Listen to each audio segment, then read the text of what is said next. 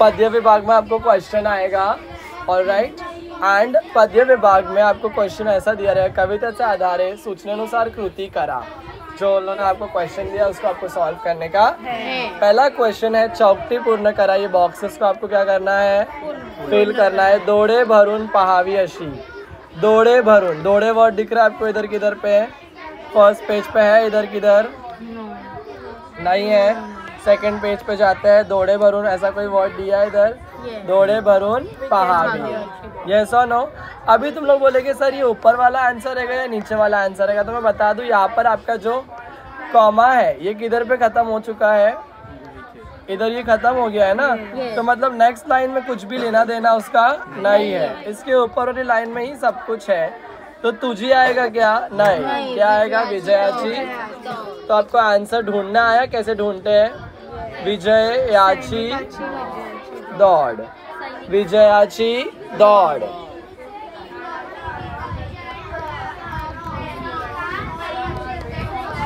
ये क्लियर हो गया आपको, दोड़े भरून पहावी अशी विजयाची दौड़।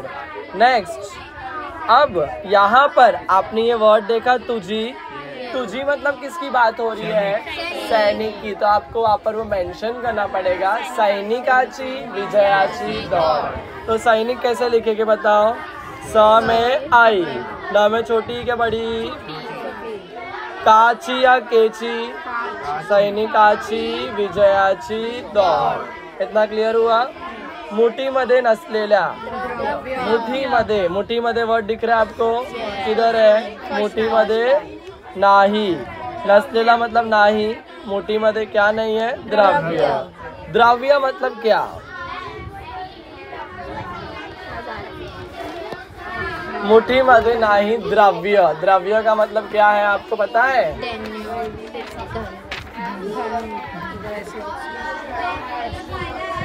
वेल्थ, संपत्ति, पैसा, समझ में आ गया। द्रव्य मतलब हाथ में पैसा नहीं है, नाही मुठीमध्ये द्रव्य, नाही शिरेमध्ये रक्त। इतना क्लियर हुआ आपको। आगे हम लोग जब बढ़ते हैं, यहाँ पे क्वेश्चन पूछा है, क्वेश्चन नंबर 2, 1 मार्क के लिए।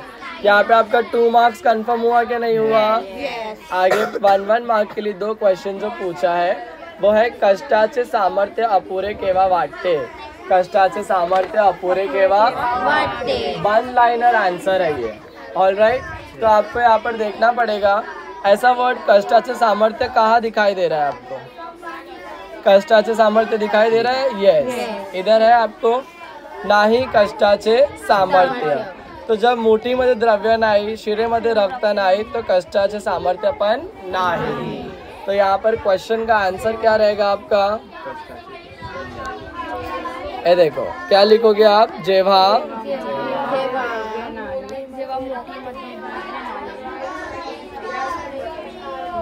जेव्हा मुठीमध्ये द्रव्य व शिरेमध्ये रक्त नसते, जेव्हा मुठीमध्ये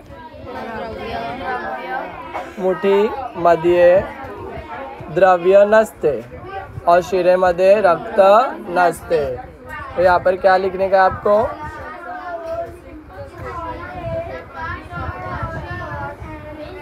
जेव्हा मुठीमध्ये द्रव्य नसते व शिरेमध्ये रक्त नसते, रक्त तेव्हा कष्टाचे सामर्थ्य, तेव्हा कष्टाचे सामर्थ्य अपुरं वाटते। समझ में आया कि नहीं आया। शीरे में कौन सा ई आएगा, छोटी ई आएगा, कौन सा ई आएगा, छोटी ई डालने का आपको। इतना क्लियर हुआ। नेक्स्ट क्वेश्चन नंबर 2 जो है, सैनिकच्या पाऊल जिद्दीचे का वाटते। अभी इसका आंसर जो है वो थोड़ा सा बड़ा आंसर है, ऑलराइट। इसको कैसा लिखने का पहले हम लोग को समझना पड़ेगा। इसका आंसर है रणांगनाथ। रणांगनाथ मतलब मैदानी जंग, जहाँ पे जंग होती है उसको क्या बोलेंगे, रणांगनाथ। क्या बोलेंगे, रणांगनाथ। आजू बाजूला गोळीबार, आजू बाजू में क्या होता है वहाँ पर, कहाँ पे, बॉर्डर पे या जहाँ पर जंग हो रही है। ये ऐसा ना, जरूरी नहीं बॉर्डर पे ही जंग हो, अभी ताज में भी हुआ था, तो क्या बॉर्डर पे है क्या ताज? नहीं। यस और नो? रणांगणात आजूबाजूला गोळीबार, गोळीबार मतलब गोलियों की चलने की आवाज, व दुराचे लोट, दुराचे टैंक वैंक की भी रहती है ना, यस और नो? टैंक से स्पोर्ट करते हैं, यस, और फिर मिसाइल फेंकते हैं, अगेन उसके बाद में ग्रेनेड्स फेंकते हैं। दुराचे लोट समझ में आया? येत असतात, येत आणि तोफा धड़धड़तात, तोप देखा ना, तोप, तोप में बम डालते हैं और उसको लोड करते हैं और फटाक से छोड़ते हैं। तानाजी मूवी देखेगा नहीं देखे तुम लोगों ने? आणि तोफा धड़धड़तात, तोफा धड़धड़तात, यस और नो? धडाडतात, धडाडतात, हा धडधडतात नाही, धडाडतात, तेव्हाही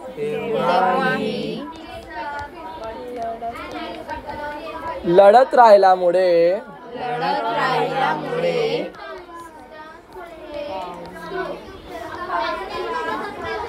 लढत राहिल्यामुळे सैनिकचे पाऊल जिद्दीचे वाटते, सैनिकचे पाऊल जिद्दीचे वाटते,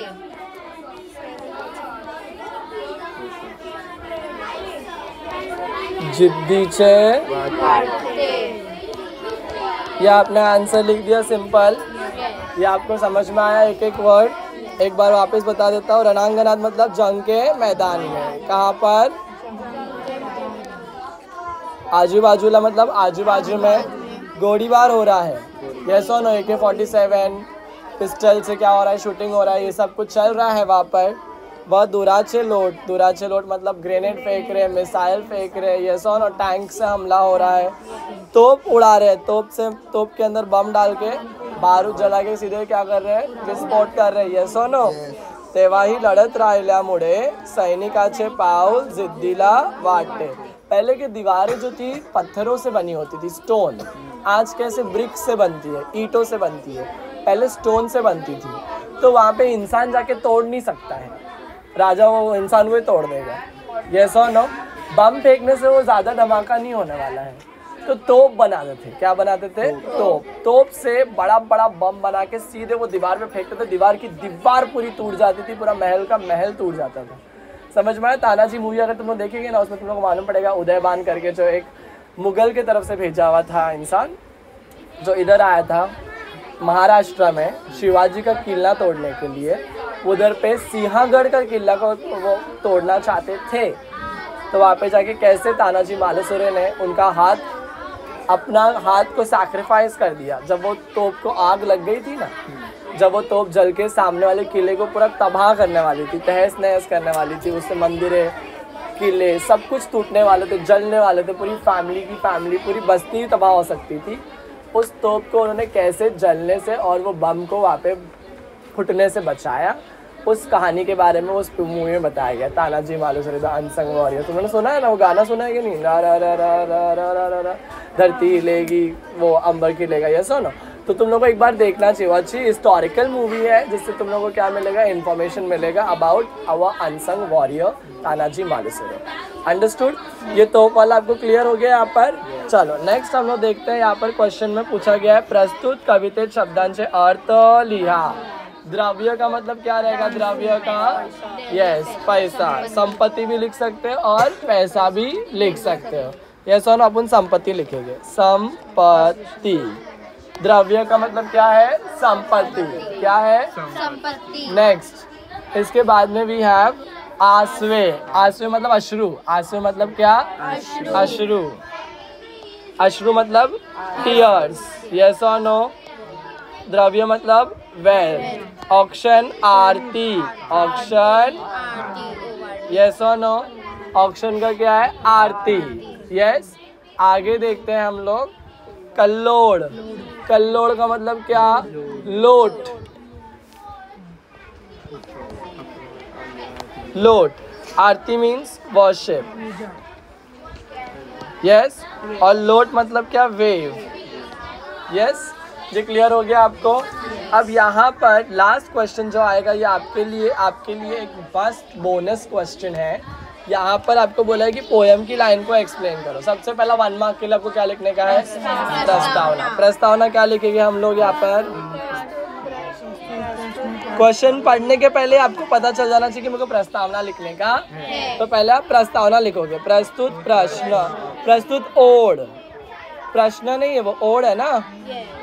ओड मतलब कविता की लाइन।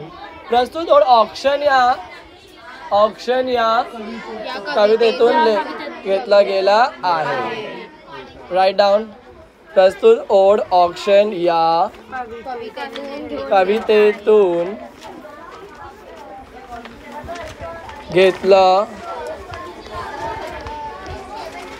घेतले गेले आहे।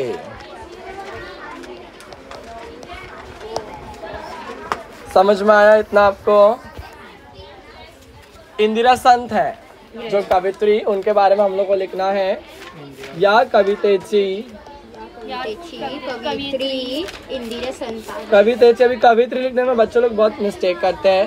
क लिख दिए, व लिख दिए, य में छोटी ई और त्र में बड़ी ई। कवित्री, कवित्री कौन आया बोला मला? इंदिरा संत। इंदिरा संत आहे। इंदिरा संत आहे। या कवितेत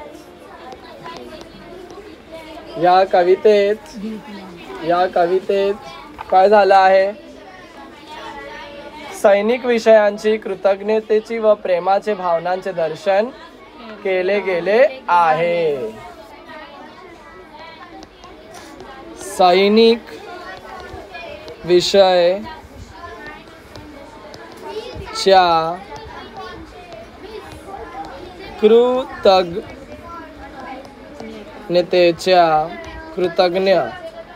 कृतज्ञतेचे मतलब डेडिकेशन, व प्रेम मतलब क्या? प्यार। यस और नो? अपनी जान की कुर्बानी लगा के अपनी जान बचा रहा है कि नहीं बचा रहा है वो हम लोग की, तो इसको प्यार ही बोलेंगे ना। भावनांचे दर्शन या कवितेत केले गेले आहे। कितना क्लियरली समझ में आया आपको? एकदम ही है। यहाँ पे आपने 1 मार्क के लिए क्या लिख दिए? प्रस्तावना। नेक्स्ट यहाँ पर क्वेश्चन में बोला है सैनिक सीमेवर तैनात असतात म्हणजे आपण सुरक्षित राहतो, या विषयाची भावना स्पष्ट करा। यस और नो? तो हम लोग को एक क्वेश्चन पूछा है, तो ओड की जगह क्या लिखेंगे हम लोग? प्रश्न लिखेंगे। क्या लिखेंगे? प्रश्न आएगा इधर पे। तो एक बार हम लोग को क्वेश्चन पढ़ना पड़ेगा। स्टार्टिंग में मैंने बोला ना तुम लोग क्वेश्चन मत देखना, पहले प्रस्तावना लिख देना। तो क्वेश्चन पढ़ के आपको कंफर्म करने का कि पोएम की लाइन एक्सप्लेन करना है या कोई क्वेश्चन अलग से पर्सनल रिस्पॉन्स फॉर्मेट करने का है। तो यहाँ पे पर्सनल रिस्पॉन्स क्वेश्चन है जिसका क्या करने का आपको। तो अभी हम लोग देखते हैं इसके आगे लाइंस लिखने का है जो हम लोग को, उसके बारे में क्या लिखेंगे हम लोग। यस, सैनिक स्वतःची जीवाची बाजी लावून आमच्या लोकांची रक्षा करतात। ते सीमेवर शौर्यपूर्ण आणि दिवस रात्र अहोरात्र काय करतात?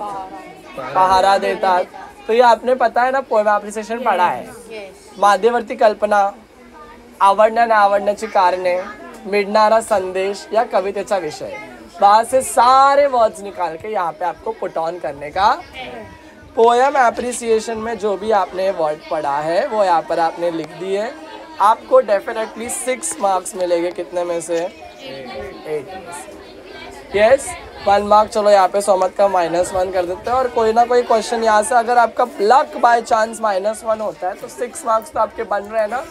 6 मार्क्स आपका इक्वल टू है कितने परसेंटेज के? 1% मिले।